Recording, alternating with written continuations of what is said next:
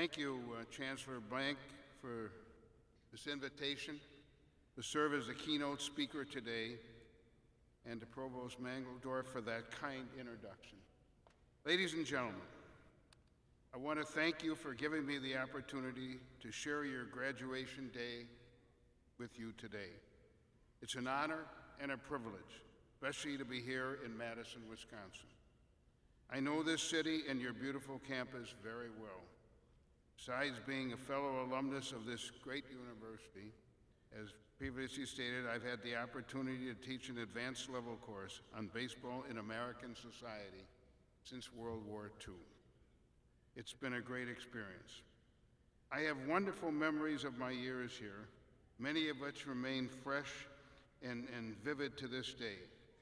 It seems like just a short while ago, though it's hard for me to believe, that more than 60 years have elapsed, that I sat in a setting similar to this one and gave much thought to what the future would hold for me. As you move on from this beautiful campus, you will discover that few days in your life are as important and as meaningful and symbolic as this one. This is a moment of significant change and passage, of passage into the future, and of passage into the realm of possibility and responsibility. In a more orderly world, this passage would be made with greater ease. Good jobs, bright future would be yours for the asking. But as you know, we're living in difficult and uncertain times, and even though the economic environment has improved over the past decade, there is still a divisiveness that exists today that is potentially threatening. Turn on any cable news program or go to social media, or like me, turn to pages of your local newspaper, and you're bombarded with information about the troubles that exist in our country around the world. But the education that you have received at this absolutely esteemed university has prepared you with the knowledge and character to confront these issues. I'm reminded of an ancient Chinese proverb that says, "May you live in interesting times." Although its origin and intent are unknown, it apparently was not meant as a goodwill salutation. I see it as a challenge, an opportunity, and a chance to make a difference. Good times or bad times, these are interesting times, and given the frenetic pace of the world in which we live today, interesting times will be with us always. Take advantage of these interesting times, because if you have keywords hope and faith, if you are smart, persistent, and aggressive, and if you have the courage and vision, if you are dedicated and willing to sacrifice, and if you are unafraid to form opinions and express acts on these opinions, you can make a difference and make this a better world. Looking back on my graduation day so many years ago, it seems as though the world then was much more tranquil. Those were the 50s, the days of Ike and Elvis. There were also days of the great Badger football led by the great All-American Allan, who we all knew as the horse. All was quiet in those days. All was orderly. All was peaceful. Many of my peers look back and believe we grew up in the greatest of times. But it was not as it seemed. If you look behind the curtain, there was great unrest. There were the days of the Cold War and McCarthyism, and the Korean War, and bomb shelter, and Sputnik. They were the days when grammar school kids were instructed to crawl beneath their desks when alarms sounded in preparation for a nuclear attack. Although our nation's economy was well into its post-World War II boom, the beneficiaries of that growing economy were men, not women. Even more disturbingly, those so-called tranquil 1950s were also the days of hatred and fear, as well as inequality and segregation of a large segment of America's population. The world was a far different place than it is today. Was it better? I'm not sure.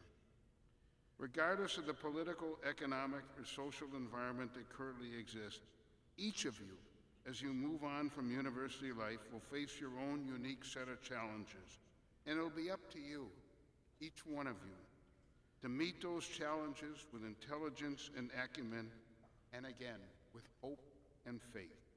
You'll be faced with decisions, some mundane, some critical, that will result in actions that will set your course for the future. As the provost said in her introduction, I've lived a baseball life. And I believe, as my great friend and former commissioner, the late Bart Giamatti, often said, that baseball is a metaphor for life, where hope and faith are critical to the future, as is your willingness to make a difference. But in making a difference, you sometimes must go against the tide and take positions that are not necessarily popular. One important factor that I learned is not to be afraid of failure. Throughout my long career, I've taken comfort in the words of advice that Teddy Roosevelt once gave to his son in 1904. Teddy said, "It's not the critic who counts, not the man who points out how the strong man stumbled, or where the doer of deeds could have done them better. The credit belongs to the man who is actually in the arena, whose vision is marred by dust, sweat, and tears, who strives valiantly, who errs and comes up short again and again, who knows the great enthusiasm, the great devotion, and spends himself in a worthy cause, who at best knows that in the end, the triumph of high achievement, and who at the worst, if he fails, at least fails while doing so greatly, so that his place shall never be with those cold and timid souls who knew neither victory nor defeat." As an undergrad, I majored in history and political science. And actually, figured one day I was going to come back here and be a professor of history, perhaps here in Madison. Took me till age 80 to get here, but I got here. That seemed to be a reasonable goal, but that wasn't my passion. My great love and passion was for the game of baseball, and I dreamed of a baseball life. But never in my wildest dreams, I must admit to you, did I ever think, under any circumstances, that I'd become baseball commissioner, let alone being elected to the National Baseball Hall of Fame. But I wondered at the time, if I were to live a baseball life, how was I to make that happen? I believe in dreams. I believe the individual should dream big dreams, limitless dreams, because only then can you reach your full potential. As Ralph Waldo Emerson once said, "Dare to live the life you have dreamed for yourself. Go forward, make your dreams come true." That's exactly what I did. I dared to live my dream. As a student, when I was here, I wasn't sure how or what exactly a baseball life was. But I knew if I were to live my dream, I had to be focused. I had to be resolute. I had to be ready and willing to take a chance should an opportunity ever present itself. Several years later, shockingly I may add, opportunity did present itself. The Milwaukee Braves left Milwaukee and moved to Atlanta in 1965. I was heartsick. But soon after, I made it my mission to bring Major League Baseball back to Milwaukee, my hometown and state. I was only 30 years old, and the odds were stacked against me. People told me it was an impossible task. Nonetheless, I began knocking on the doors of Major League Baseball owners and showing up at their meetings. I would just not take no for an answer. I knew, and I could see it in their eyes when I approached, they were really sick and tired of seeing and hearing from me. That is true, they were. Yet I persisted, and just 8 days before the start of the 1970 season, a bankruptcy court awarded the Seattle franchise to Milwaukee and Wisconsin. And stunningly, my hometown and my home state was back in the major league. And I was fortunate to have fulfilled the dreams of my life. In the days afterwards, I often thought back to my days here in the library, particularly the library stacks, dreaming about a life in baseball. And unbelievably, it had actually happened to me. In my view, baseball is the greatest game ever invented. The game is unique, it's historic, For nearly a century and a half, it has proven to be the bridge that spans generations, provides a window to escape from the tedium and difficulties of daily life. It gives people, there it is again, hope and faith, an opportunity to live vicariously through the boys of summer. It brings people together, but more importantly is the remarkable sociological influence it's had in our great country over the years. You saw it during the Brewers' run at the end of September and in October.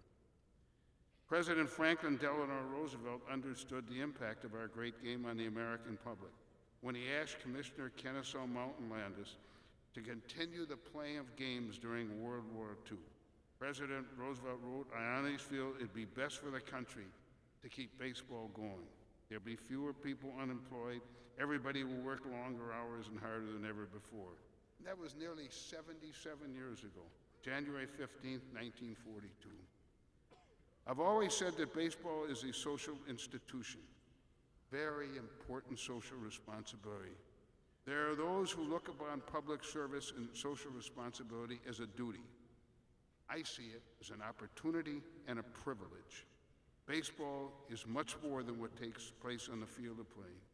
It has great impact on the lives of our fans and our nation. The impact never was as great as it was on April 15th, 1947, the day the great Jackie Robinson stepped on a big league baseball field for the time and forever tore down the game's racial barrier. It was baseball's proudest and most important moment. It transcended sport and portrayed baseball as a metaphor for life. For the first time, baseball truly became the national past. It arguably changed the course of this country's social history. It came before President Harry Truman integrated the United States Army, before the historic Brown versus Board of Education Supreme Court decision, before Rosa Parks took her rightful seat at the front of the bus, and more than a decade before the civil rights movement made an impact in our country.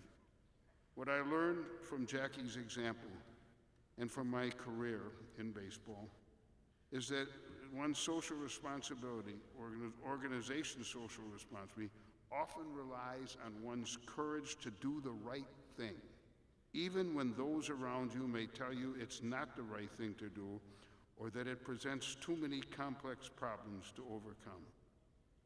Giving up on your goals, your ideals, or your dreams is the easy way out. But if you do, you won't succeed. Succeeding is hard, and sometimes it is hard, really hard, to do the right thing. My father used to tell me, buddy, if it were easy, everyone would be a success. It takes courage and vision to do the right thing. It takes courage and vision to be a success. It takes courage and vision to make a difference. I wish all of you the very best. I leave you with the following quote, one of my favorite quote of all, from the great Irish playwright, George Bernard Shaw.